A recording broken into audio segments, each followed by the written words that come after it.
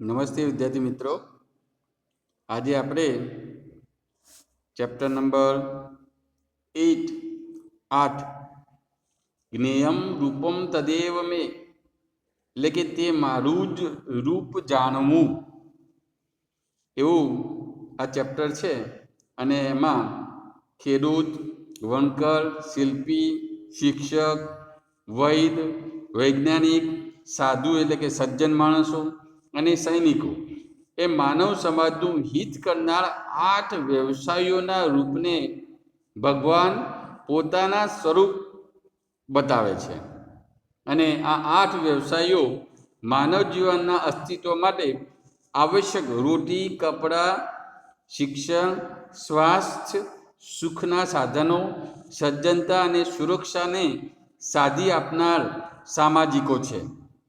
આથી પ્રસ્તુત પદ્યમાં એક બાજુ દરેક માણસને તેના પ્રત્યેક આદરનો ભાવ રાખવાનો સંદેશ આપવામાં આવ્યો છે, તો બીજી બાજુ તે વ્યવસાયમાં જોડાયેલી વ્યક્તિઓને તેઓનું કર્તવ્ય ઉચિત રીતે નિભાવવાનો ઉપદેશ પણ આપવામાં આવ્યો છે. એટલે કે જે વ્યક્તિને જે કાર્ય સોંપેલું છે એ કાર્ય યોગ્ય રીતે કરવું એ જ શ્રેષ્ઠ બાબત અહીંયા બતાવવામાં આવી છે. તો પહેલો શ્લોક છે, જો ભગવાન વાચ, ભગવાન કહે છે, શું કહે છે?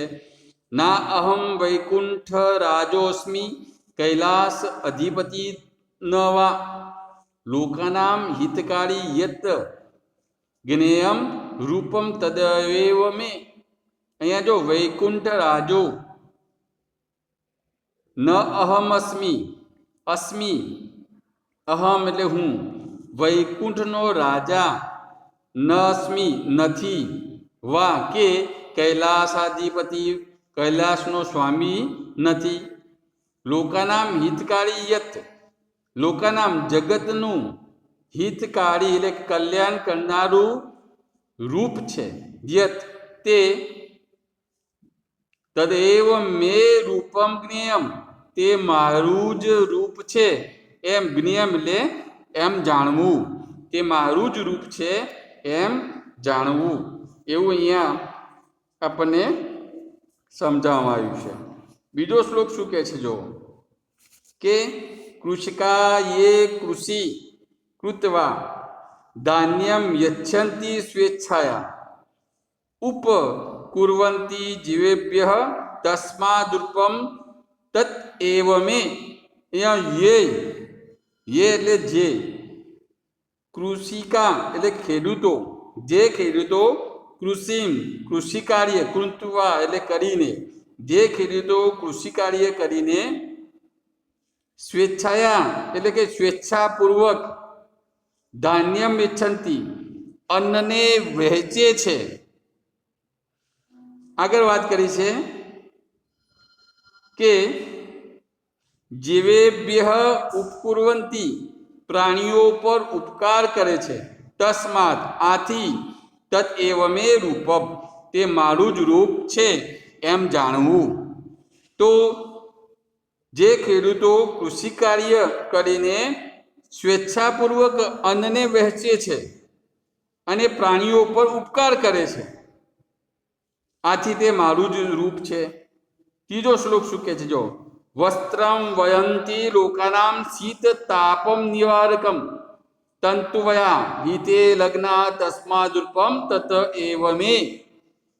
તસ્માદ રૂપમ તત એવ મે એ દરેકમાં કોમન છે. હવે જો શું કહે છે?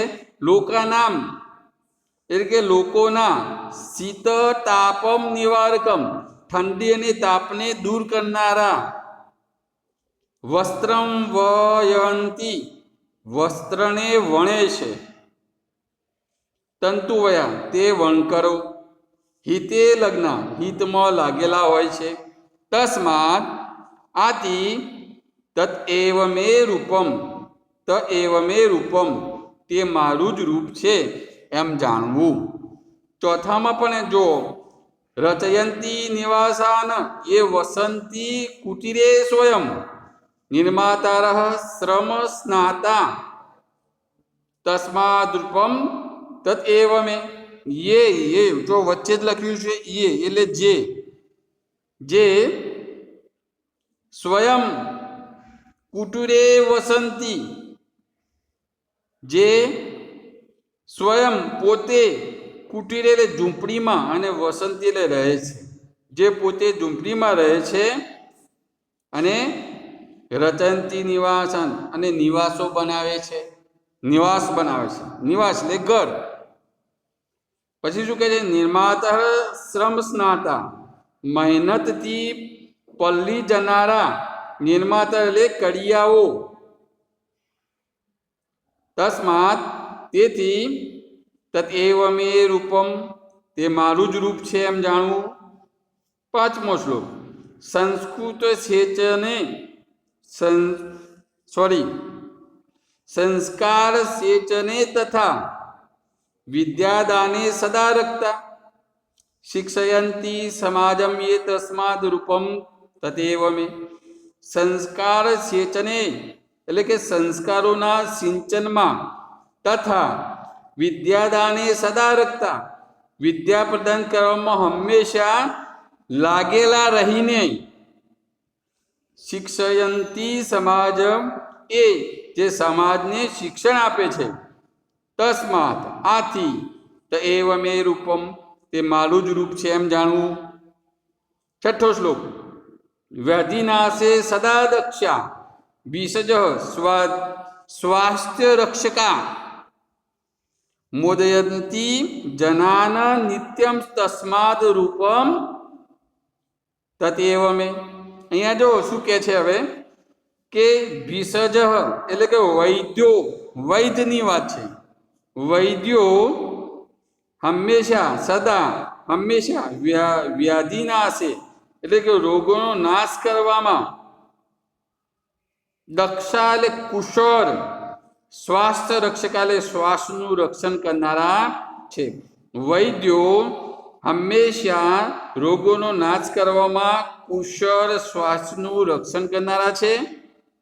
આગળ વાત કરી છે જો નિત્યમ જનાનામ મોદયંતી અને હંમેશા લોકોને આનંદ આપે છે.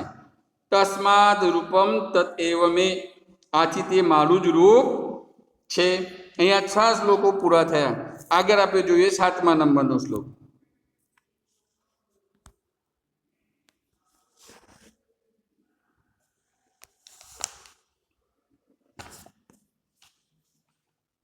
શ્લોકો પૂરા થઈ ગયા. હવે 7મા નંબરનો શ્લોક શું કહે છે આપણે જોઈએ. એનું અનુવાદ શ્લોક નંબર 7. ઓકે.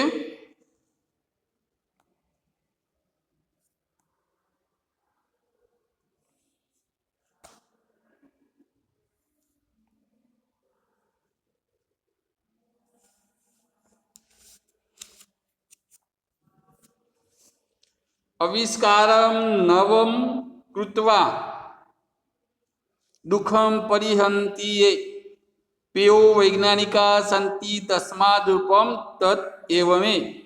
અહીંયા શું કહે છે સમજો. એ એટલે જે નવમ એટલે કે નવા, આવિષ્કારમ એટલે આવિષ્કાર, કૃત્વા એટલે કરીને, જે નવા આવિષ્કાર કરીને દુઃખમ પરિહરંતિ દુઃખને દૂર કરે છે. દુઃખમ પરિહરંતિ દુઃખને દૂર કરે છે. પેયો વૈજ્ઞાનિકા સંતિ તે વૈજ્ઞાનિકો ભૌતિક સુખ આપનાર હોય છે. તસ્માત આથી તએવ મે રૂપમ આથી તે મારું જ રૂપ છે. 8મો શ્લોક.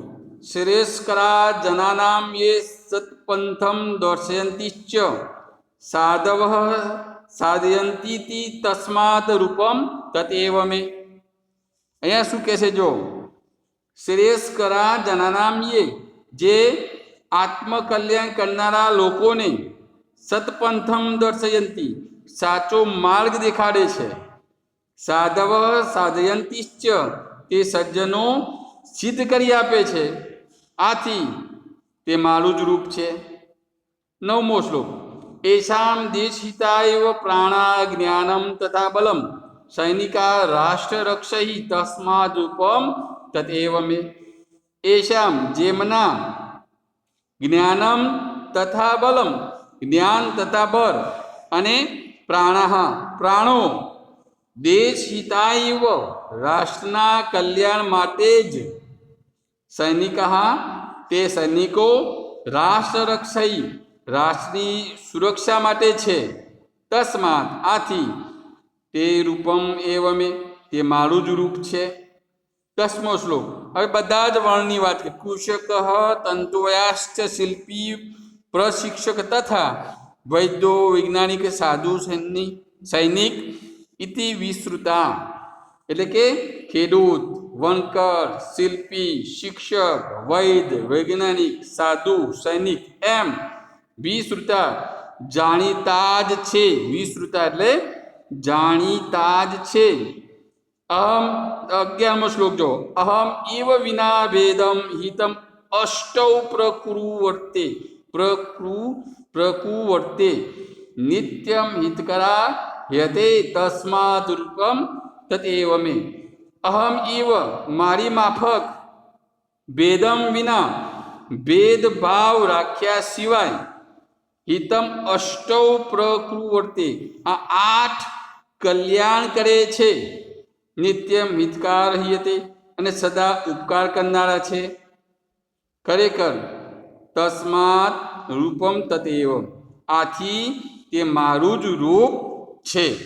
આમ આ 11 શ્લોકો જે આપણે જોયા ચેપ્ટર નંબર 8, કે જે મારું જ રૂપ જાણવું, તો ભગવાનના મુખે કહેવાયું છે.